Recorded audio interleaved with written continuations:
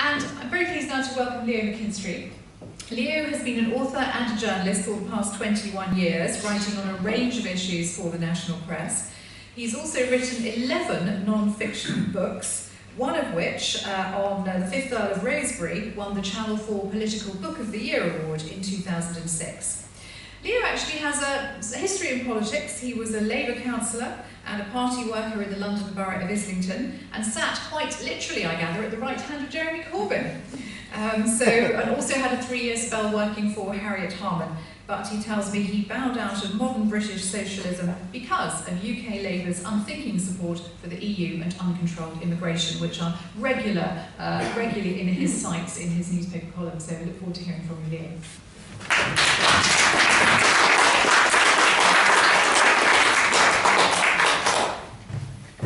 Good morning. The debate about the European Union is utterly surreal, a flight into absurdist fantasy. To hear the Remain campaigners talk, you would think that the EU is a vibrant, healthy, well-run institution which serves our national interests by promoting prosperity and peace. But that grotesque delusion is bred of the most desperate wishful thinking. In reality, the EU is one of history's most spectacular failures. It is a wholly dysfunctional, completely undemocratic, utterly mismanaged organisation where ideology and bureaucracy have replaced efficiency and democracy. It is an ill-conceived experiment which has gone horribly wrong for decades, yet its supporters continue to insist that we must be part of this gigantic project, even as it threatens the very demise of European civilization. The dream of the federalist unity has become a nightmare for so many citizens of Europe. In a speech last year, the President of the European Parliament, the German socialist Martin Schulz, proclaimed that, to my mind, hardly anything so perfectly embodies the achievements of European unification as open borders. Yet those same open borders have brought us the squalor of the jungle camp at Calais and the frontier rioting in Macedonia and the rest of the Balkans. The federalist zealots' obsession with unrestricted free movement and cultural diversity, as Alison said, brought us the horrors of mass sexual assaults in Cologne and other German cities on New Year's Eve. It is the same story of catastrophe on so many other fronts where the EU operates. The single currency, essentially a political initiative to drive further integration, has entrenched mass unemployment on an appalling scale. The livelihoods of millions of people, especially in Greece, Italy, Spain and Portugal, have been sacrificed on the altar of the Federalist Creed. The EU is rightly a byword for institutionalised extravagance, waste and abuse of public money. This is an outfit which, as previous speakers have said, has not had its accounts cleared for 19 years, yet has 10,000 officials who enjoy a take-home pay higher than our own Prime Minister. The EU's here's another example of EU extravagance and waste. The EU's regulation on the marketing of hazelnuts contains 2,509 words compared to just 70 in the Lord's Prayer. In 2012, a high-level meeting was held in Brussels, attended by 76 officials, including the President of the Commission, to agree the name for a corridor in one of its buildings. The meeting failed to reach a conclusion. Eager to create its own trappings of statehood, it is its own self-serving, expensive diplomatic services with offices in Barbados and Papua New Guinea. Yet this useless, destructive organisation is the one the Remain camp insists we must be shackled to. But how seriously should we take the campaigners' judgment? These are, after all, the people who predicted that Britain's refusal to join the single currency would be an economic disaster, whereas Britain has flourished outside the Eurozone, and the real catastrophe has been the debt-ridden, sclerotic Euro. The Remain campaigners wail about a leap into the unknown, their favourite phrase, yet there's nothing remotely unknown about Britain's status outside the EU. We will just be returning to the position we held for centuries when we were a free, independent, highly successful nation. Nor is there anything odd about non-EU membership. The world has 195 sovereign nations, and 167 of them manage quite well without EU interference, including the two most prosperous countries in mainland Europe, Norway and Switzerland. Some of the Remain campaigners say that they accept the EU is dysfunctional, but we should stay in to help the process of reform.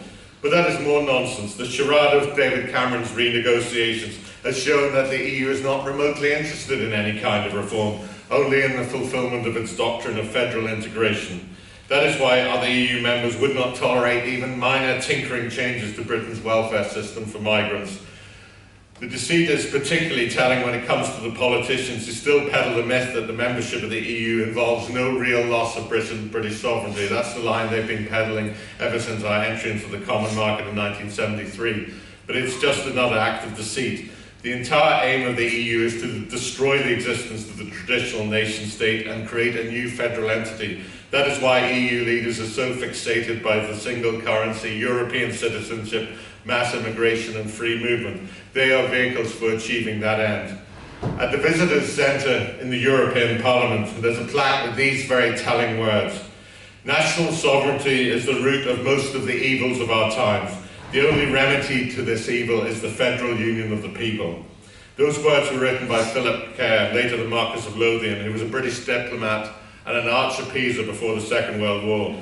Like the modern Euro zealots, he never dropped his doctrinaire outlook. Even on the eve of the Battle of Britain in July 1940, he was still urging Winston Churchill's government to reach a peace deal with Hitler's regime. Why should we pay any attention to the political leaders at the head of the Remain camp, given their appalling misjudgments of the recent past?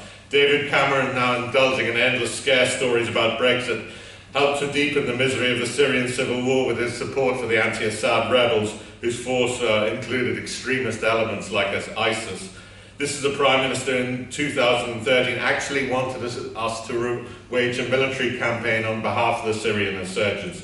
He showed the same terrifying impulse for international folly by aggressively supporting the anti-Gaddafi uprising in Libya, which has brought chaos to that country. It is hardly a record that inspires confidence. Cameron is also an enthusiast for the extension of EU membership to Turkey, a move that is bound to accelerate the migration crisis on a massive scale. Why should we listen to the thoughts of Tony Blair on the subject of the European Union, given he was the man who dragged us into the most misguided invasion of modern times on behalf of a false, probably illegal prospectus? Why should we heed John Major, given that he clung so desperately to the exchange rate mechanism in 1992, even at the pit of recession, famously declaring that any move to withdraw from the ERM would be fool's gold? In fact, the withdrawal from the ERM was the best thing that happened to the British economy in the 1990s. None of these people have an ounce of credibility. But what I find extraordinary is the stance of the Labour Party. As Suzanne said in a generous introduction, I used to be a member of the Labour Party until 1995, and I served not only as a parliamentary aide to Harriet Harman, but also as an activist in Islington North as Assistant Secretary to the party, working alongside Jeremy Corbyn. Labour's deepening support for European integration was a major factor in my disillusion. I could not understand why a party that was meant to support democracy, the interests of the working class, the resilience of British industry and social solidarity should back an organisation that is the very antithesis of all those vital interests. Labour didn't used to be like this. Under Clement Attlee, the party was profoundly ambivalent about the Schuman Plan in 1950, which was the blueprint for the creation of the European Economic Community. Attlee's successor, Hugh Gateskill, robustly patriotic, was openly hostile to the idea of European integration, famously declaring at a Labour conference that membership of the community would mark the end of 1,000 years of British history. Labour remained deeply divided in the 1970s, hence the initiative of Tony Benn in proposing a referendum on the common market in 1975. And in the early 1980s, the party even advocated withdrawal because it saw the common market as nothing more than a capitalist club. But all that changed towards the end of the decade, when the French socialist Jacques Delors, the president of the European Commission, he pointed out that the European community didn't have to be a banker's ramp. Instead, it could be a vehicle for the advancement of socialism, trade union rights, the redistribution of wealth and the extension of welfare. All this could be achieved, he told admiring comrades at the TUC conference in 1988, that all this could be done without having to win a general election. And this was at the height of Thatcherism, and the Labour saw no way of coming back to power. But then they saw that through the European Union they could achieve policies without any mandate from the British people. The comrades were won over. Soon Euro enthusiasm became the abiding feature of the modern Labour movement. The old suspicions about the EU vanished. Euro integration became the ultimate emblem of progressive thought, associated with multicultural vibrancy and globalization. At the same time, Euroscepticism came to be seen as a reactionary force, xenophobic, outdated, nationalistic, the creed of bigots and the small-minded. Yet it never ceases to amaze me that the acceptance of Brussels rule is seen as a progressive development. It is the very opposite. It is the denial of democracy. The EU represents a throwback to Europe's past, when the people were governed by unaccountable, unelected oligarchies acting entirely in their own interests. Who elected Jean-Claude Juncker as president of the EU? Did any British people actually vote for Martin Schulz to be president of the Parliament, or Donald Tusk to be president of the Commission? A free sovereign nation should have control over its loan laws, taxes, welfare and borders. But that is precisely, as the other speakers have said, that is precisely what the EU denies us. Here is what Tony Benn, that darling of the progressives, said after a visit to Brussels in 1974. This is what he wrote in his diary. The huge Commission building in Brussels is absolutely un-British. I felt as if I were going as a slave to Rome. The whole relationship was wrong. Here I was, an elected man who could be removed, and here were these people with more power than I had and no accountability to anyone. My visit confirmed in a practical way all my suspicions that this would be the decapitation of British democracy without any countervailing advantage. That was written 30 years ago, when we were still only in the common market. How much worse has the erosion of democracy become since we were sucked into the embrace of the European Union, the embryonic superstate? But it is not just the lack of democracy which shows how profoundly unprogressive the European Union really is. Jeremy Corbyn and the Labour Party, cheerleading for the In campaign, blather about protecting workers' rights and jobs. But that is exactly what the EU does not do. Brussels represents a giant programme of job destruction, not only through the single currency, but also in its addiction to anti-business regulation. That is why youth unemployment rates throughout the EU are approaching an incredible rate of 50%. Through its addiction to free movement, the EU undermines the social solidarity on which welfare policy depends.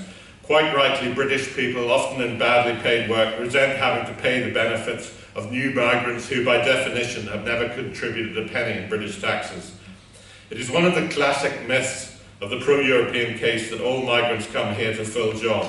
In fact, according to the latest official statistics from the Office of National Statistics, only 47% of migrants last year came here to work, while British taxpayers are currently forking out around £1 billion a year in unemployment benefits for jobless EU migrants. In addition, against all progressive values, the tax credit system, combined with open borders, provides a huge incentive towards the import of cheap labour and thereby undercutting domestic wages and living standards. Effectively, British taxpayers are subsidising exploitation and poverty pay. It is no wonder that big business is in favour of the EU, but the people who lose out are those at the bottom of the pay scale. Frankly, it is bizarre that left-wing politicians should be supporting this kind of entrenched inequality. Mass immigration fueled by the EU is stretching public services to breaking point, particularly in the NHS and state schools. Labour continually moans about the strain on resources, but their beloved EU is a central part of the problem. Our membership of the EU means that 400 million people have the right to healthcare here, just as they have the right to welfare.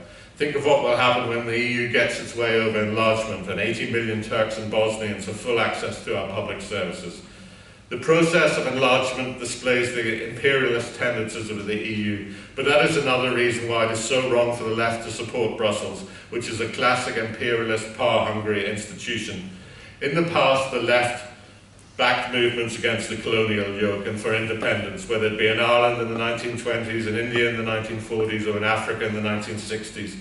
Today, the left should be campaigning for Britain's independence from the EU imperialism, but instead, deluded and dogmatic, they collude with our accelerating descent from democratic nationhood into the humiliating status of a regional province. Thank you.